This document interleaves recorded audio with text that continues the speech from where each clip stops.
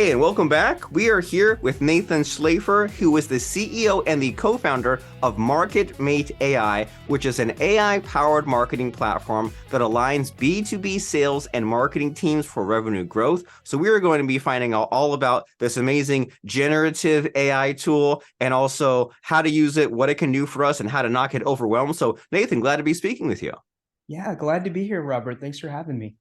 Glad to have you. And so whenever this whole AI stuff comes up, I get sort of like, I go from like stage one is like, what's even the point of this? And then stage two is like, cool, I can see it getting all its uses. And then stage three, I'm like completely overloaded and I kind of like the brain burns out. And so am I alone in this when it comes to like using some of these amazing tools like yours? Yeah, Robert, I think you hit the nail on the head. There's a lot of AI tool fatigue. People like myself started using ChatGPT when it came out earlier this year, and we were so excited about the possibility of automating a lot of the typical work that marketers do, like content development, messaging, creating sales tools. But one of the things that we saw, at least at MarketMate, was, hey, there's too many tools out there that do one thing, and it's hard to know as a marketer, where should I start? So what we really specialize is helping the marketer think of it from a workflow perspective. Like, hey, I have a marketing campaign.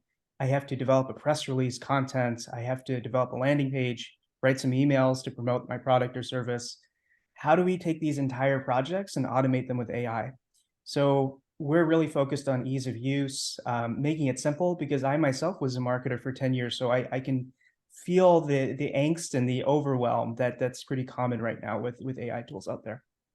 Wonderful. And I like how you put it in that it's part of the workflow because maybe the problem is too many times there's like the surface level kind of experimentation, right? Like, ooh, I didn't know I could use ChatGPT to write my LinkedIn post. Let me use that once, and then cool, that's fine. But then it's always seems to be like new and awkward, and I just find myself just either looking at the new tools or looking at the new functionality. And it seems like what you're saying is figure out a way to build it into your process. That way, you sort of take the tool for granted in a good way, and that way your focus can be on the better usage of the tool, because you hear a lot about how with AI especially, it's garbage in, garbage out, and the Yeah. prompts are really important, and then also the kind of back and forth and knowing what you're looking at and being good at editing and saying like, try this again, or I don't like this piece. And so how do we kind of tap into that better workflow mindset versus just experimenting?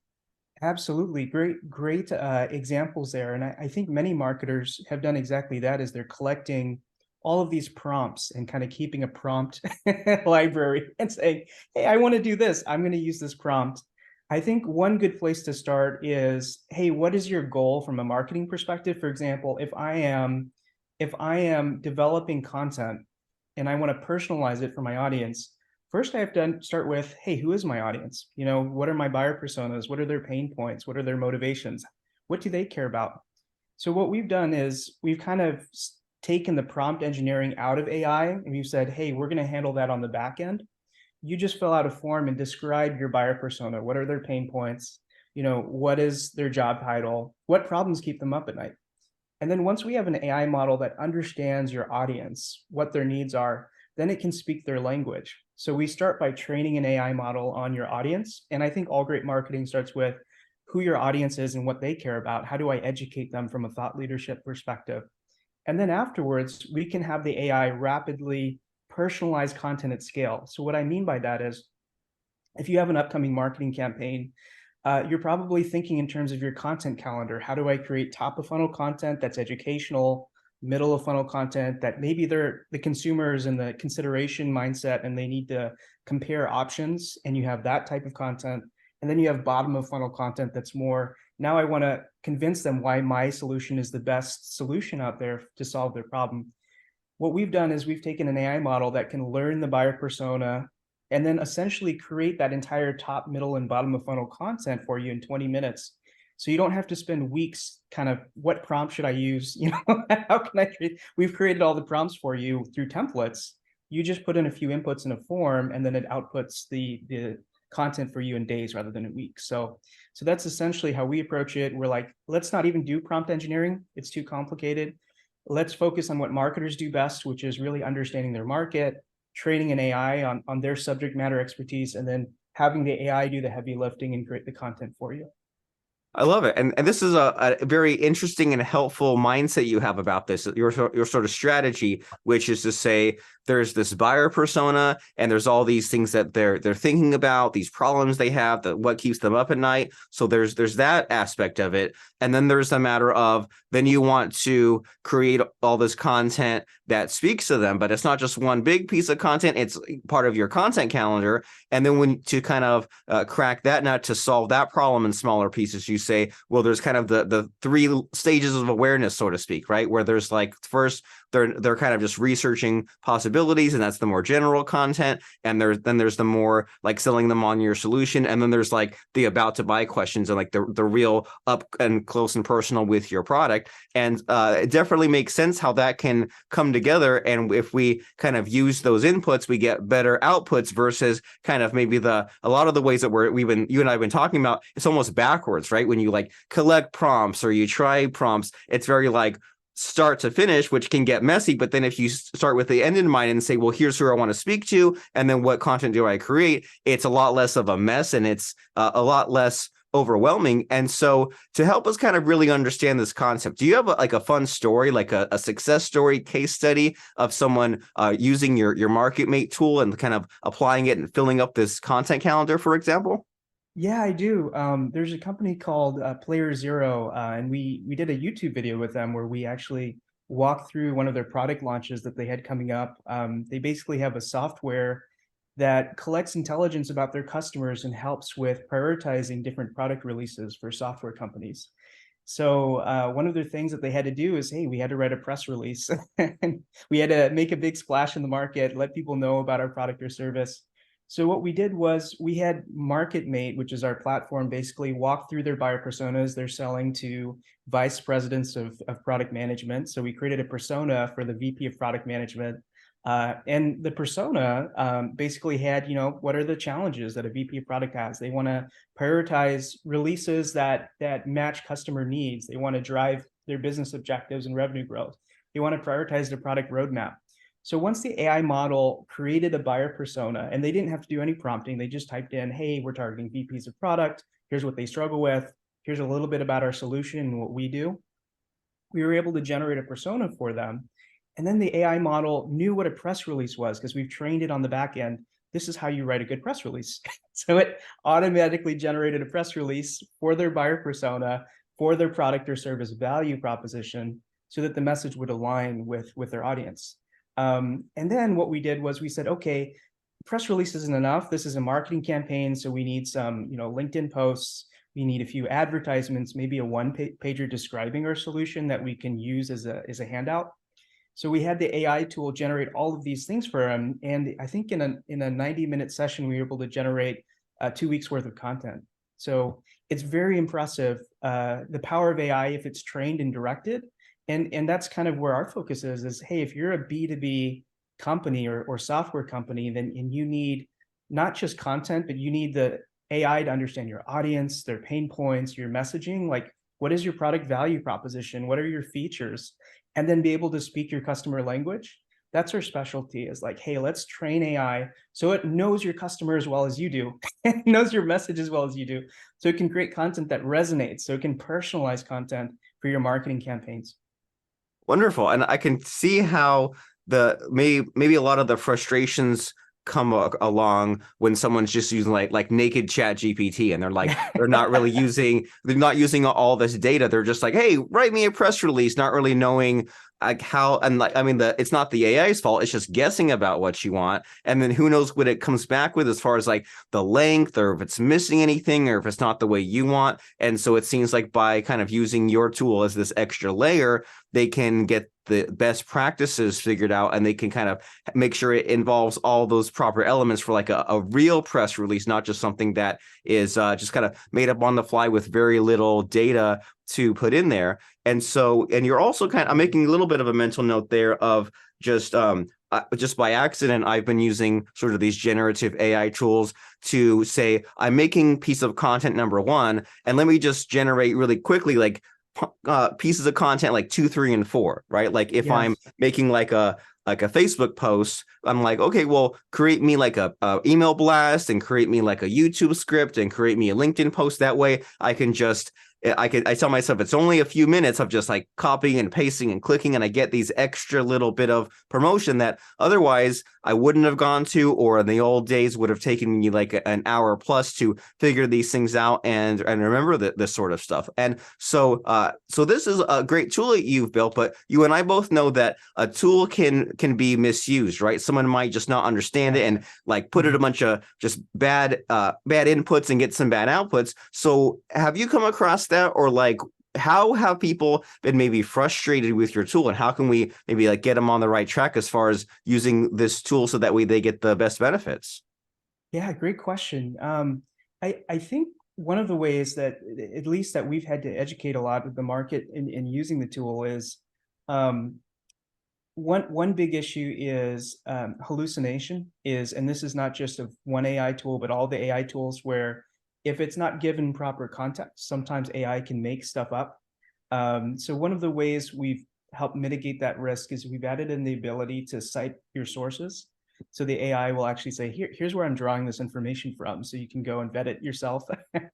And then I think another thing as well is really understanding the proper context that you're giving the AI. Is the more detailed you are, the better the response will be. And for example, one of the capabilities that we have in our tool is, when I'm naming my products, I want to create a brand architecture or systematic way of naming, this is product A, this is product B, this is product C.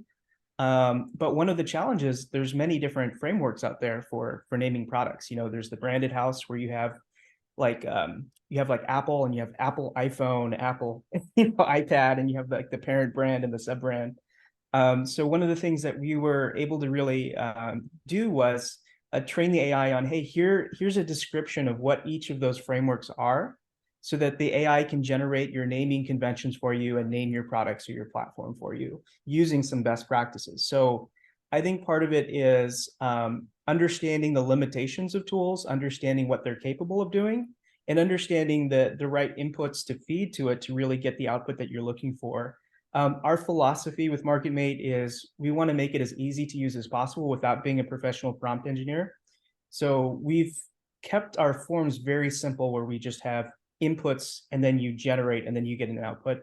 But for anyone out there that's using AI tools, it's very important that you provide as much context as possible to really get what you're looking for out of it. And we've all experienced that when we're saying, hey, write this piece of content for me, ChatGPT, or if you're using Google Bard or Cloud 2 and other generic LLM tools. Unless you provide the context, you're not going to get the quality output that you're looking for. Yeah. That's very helpful. So context is important, and I Yeah. found myself doing that more and more, where like I'll load in like a bunch of raw materials, right? I'll load in like my blog posts or like YouTube transcripts, or like even like transcripts of like, say, like this podcast we're doing right now. I'll just load in some transcripts and just to kind of give it way more than it needs to work with, so that way if it like uses like 5% of it, I'm like, okay, well, it got that right context right there.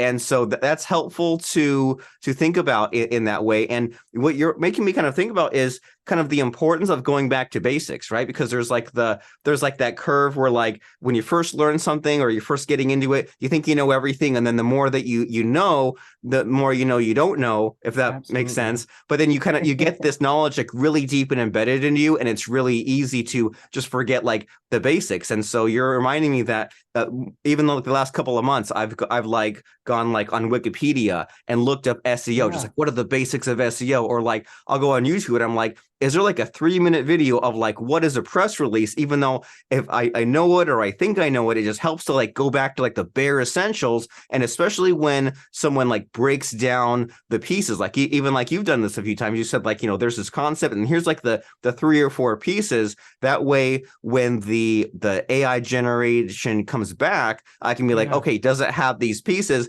Not just based on what I'm like thinking or feeling intuitively, but on that the very basic YouTube intro video or Wikipedia page. And so you've mentioned that, so you can use this tool for kind of importing like your buyer persona and figuring out things like LinkedIn posts or press release. Is there like a way to like explain all of it? Like, is there like Yeah. MarketMate is like, oh, for all this or all these pieces, or like what's sort of the overall sales pitch for MarketMate?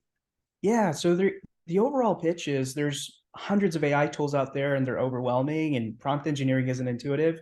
If you're a B2B marketer and you're like, I just want a simple framework to adopt AI today, we developed this 4-step framework we call the buyer-centric AI framework.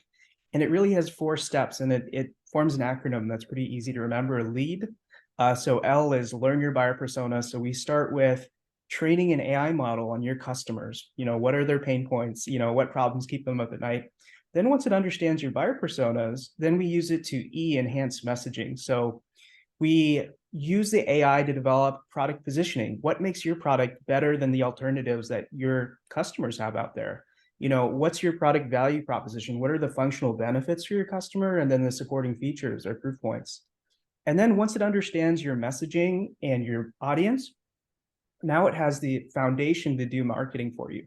So now our AI model gets into A in the lead framework, which is automate content at scale.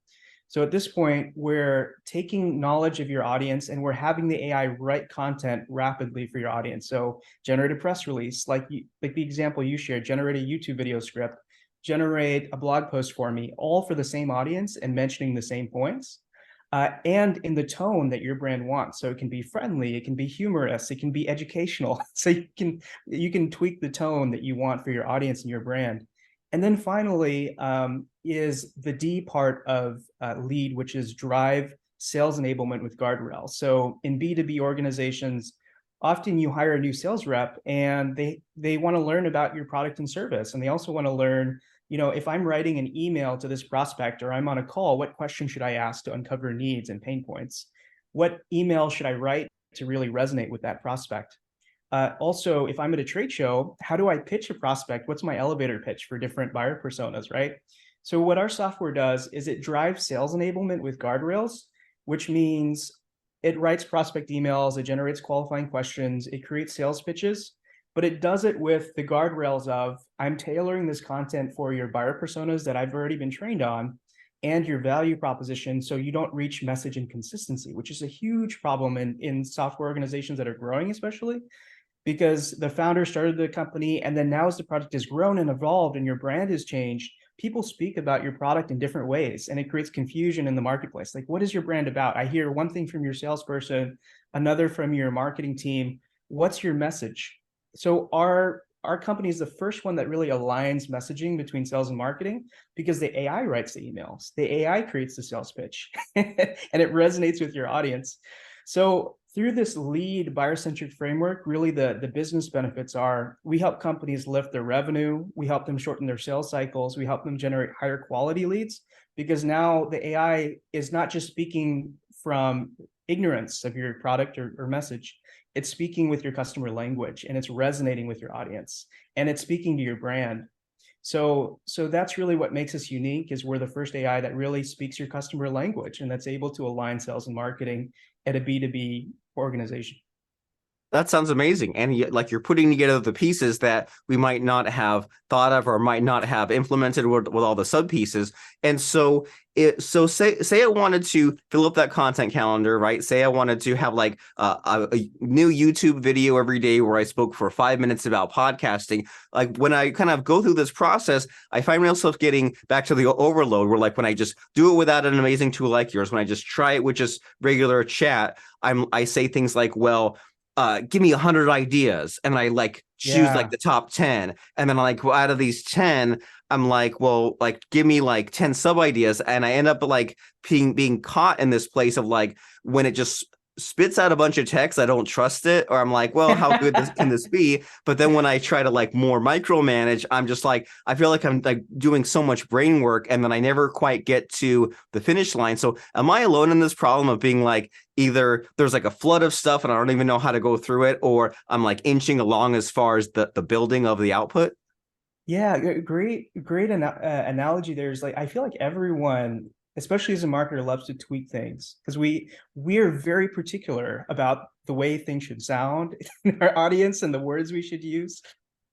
So you're definitely not alone in that. And one of the capabilities that we realized early on to incorporate in a tool like MarketMate is we have to give people the ability to refine things. And one of the, I guess the poor experiences we had with LLMs is like you're scrolling through your chat and then 8 chats ago, you really liked what you had back there. And then you kind of went down this rabbit hole and you get something completely different. So how do you get the best of both and really, I guess, manage your workflow and make it easier to tweak and modify to get to the end result faster?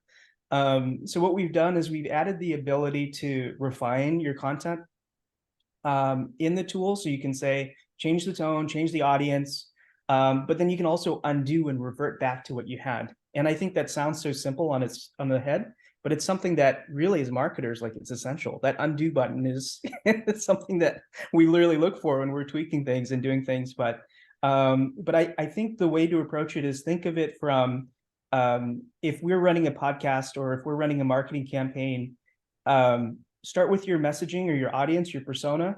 Then once you have your messaging nailed down and you have your content calendar, maybe you have a theme for each month that you're going to cover, then have multiple channels. And, how am I going to convey this message across channels? Because, a customer requires on average 7 touch points before they remember your brand. So how are you approaching them from every different channel? And then what MarketMate would do, for example, is it'll generate top of funnel, middle of funnel, bottom of funnel content. You can say, hey, here's my persona, generate ideas for me for content. And it'll create ideas for top, middle, and bottom. Now you don't start from scratch. And let's say, hey, I don't like all these ideas, but I like some of them. I like the blog post. I like the checklist, and I like the script.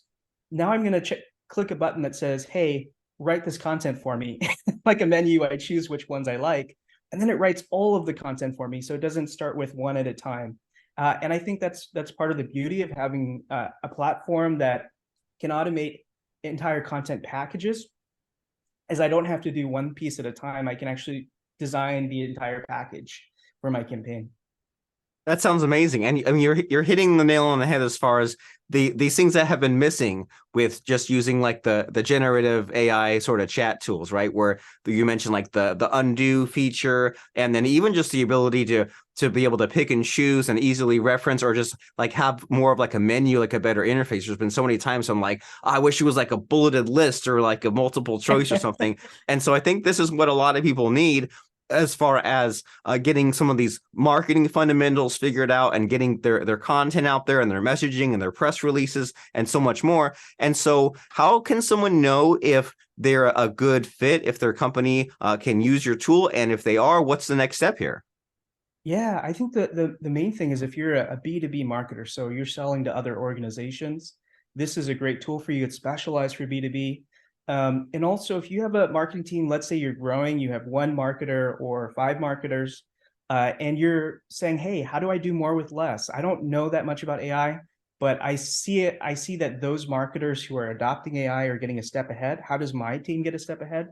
Then you should really have a conversation with us. I'd love to talk to you. Visit our website, www.marketmateai.com, and we would love to see how we can use AI to help your organization do more with less, help you achieve your marketing goals with the same amount of resources. So B2B companies with 1 or more marketers are really an ideal fit for us.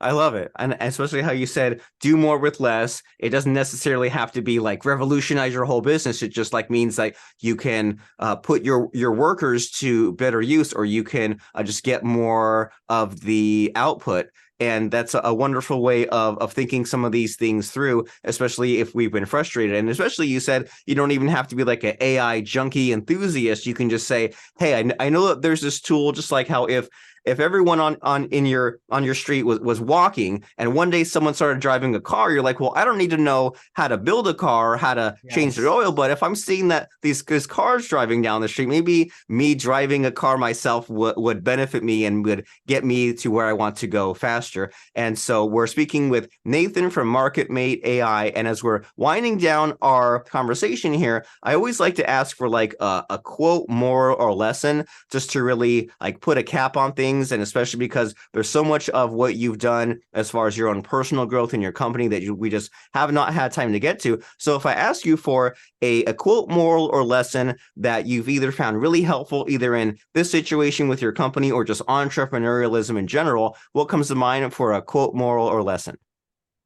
Yeah, there's a great quote, I think, by Calvin Coolidge about persistence that's really stayed with me my whole life. And I guess part of it is, hey, what makes people successful? There's lots of educated people that aren't successful. There's lots of people that are talented, but maybe don't reach their goals. And part of it is nothing really replaces the pace of the place of persistence and just hard work. And I know that's kind of a cliche at this point, but that's how we started. Is, hey, we were two marketers. We learned to build platforms and SaaS products, and we got this far because we were persistent and we believed in the vision. And that's what I want to encourage, especially those younger marketers out there who are trying to figure out, hey, what career should I choose? Should I get into marketing operations or market research, or be an entry-level marketer in a demand gen or an agency? Is really know yourself, know what your skills are, your talents are, what you're passionate about, and try to find the intersection of that with what companies are doing and what industries have. So, and then remember, it's persistence. So if you're not sure, you don't know where to start, just do something and try a lot of different things. And once you find that thing, be persistent, stick with it. So that's my quote. And it's an amazing quote and amazing advice that there's probably 4 or 5 success factors, right? There's opportunity, there's luck, there's skill, and we all kind of have these randomized values. And if you feel that you are a little bit short on some of those pillars, well, then persistence can make up for it. And I just love that term persistence, because the hard work is built in, but it's not like unnecessary busy work. Persistence means you have a goal and you might come across and you might hit the barrier, but you're figuring out ways through or around the barrier. So persistence is that name of the game. I love it. And we've been speaking to Nathan at MarketMateAI.com. So go there now, click the button, and begin using it. So that way you can use AI instead of a kind of wasted time chatbot.